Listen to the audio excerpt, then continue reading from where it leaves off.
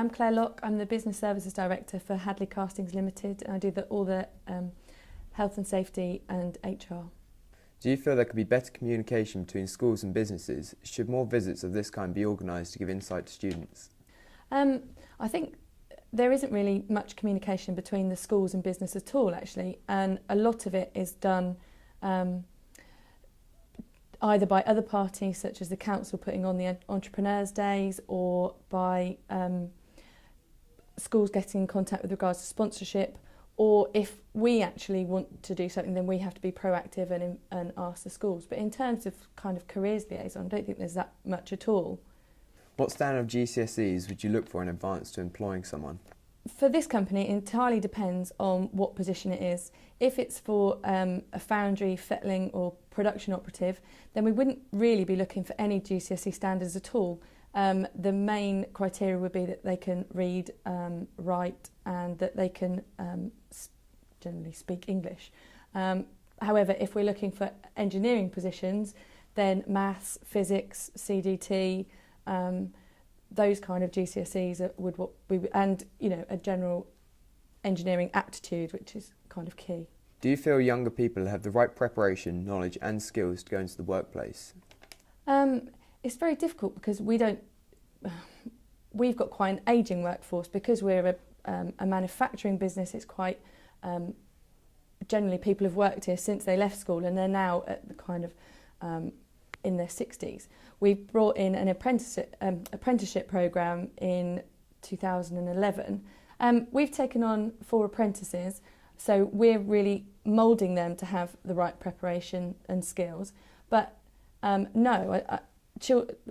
students who are coming straight from school, they can't possibly have preparation skills or expertise because they won't have been working anything kind of like this environment until they get here. And I also feel that school does tend to, whether mollycoddle's the right word, but they do tend to be isolated. It's not the same at the workplace.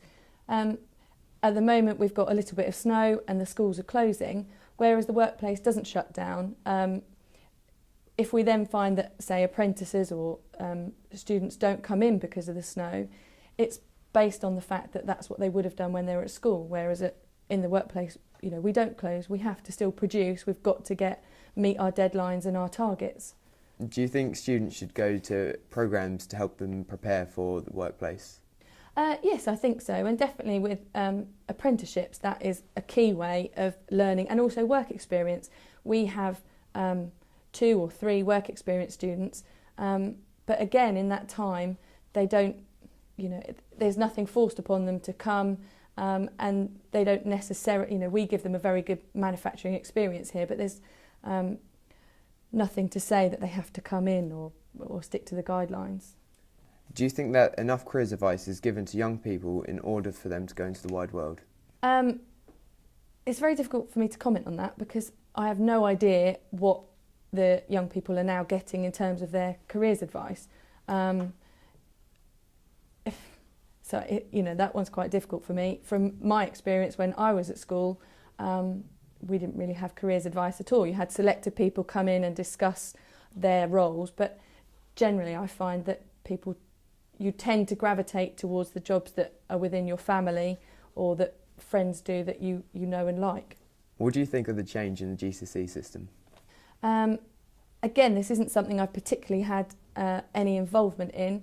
I believe that it's changing, that they're moving to 18 and it's going to be more exam orientated, which to my mind is much better. When I was at school, we had to do, everything was done by exams. You couldn't do anything based on coursework. I think it's become a lot more coursework orientated, and I would welcome the change of having a lot more exam orientated. It does, I think you can see the wood through the trees a lot better with an exam system. When you were in education, did you feel prepared to leave? Did you know what you wanted to do? I didn't know what I wanted to do, no, definitely not. I went in the army, and then I wanted to be a journalist. I then went to study shorthand so that I could become a journalist, and then went off to do statistics degree, and then I ended up here to do my master's, and I haven't left 12 years later. So no, I didn't, and I'm not sure I still know what I want to do. But I don't, I think that you can change your career as many times as you like over the course of your life. Did I feel prepared to leave? Yes, probably. I welcomed leaving the educational system, and I worked very hard while I was in it. But did I know what I wanted to do? No, definitely not. Thank you. That's great, thank you.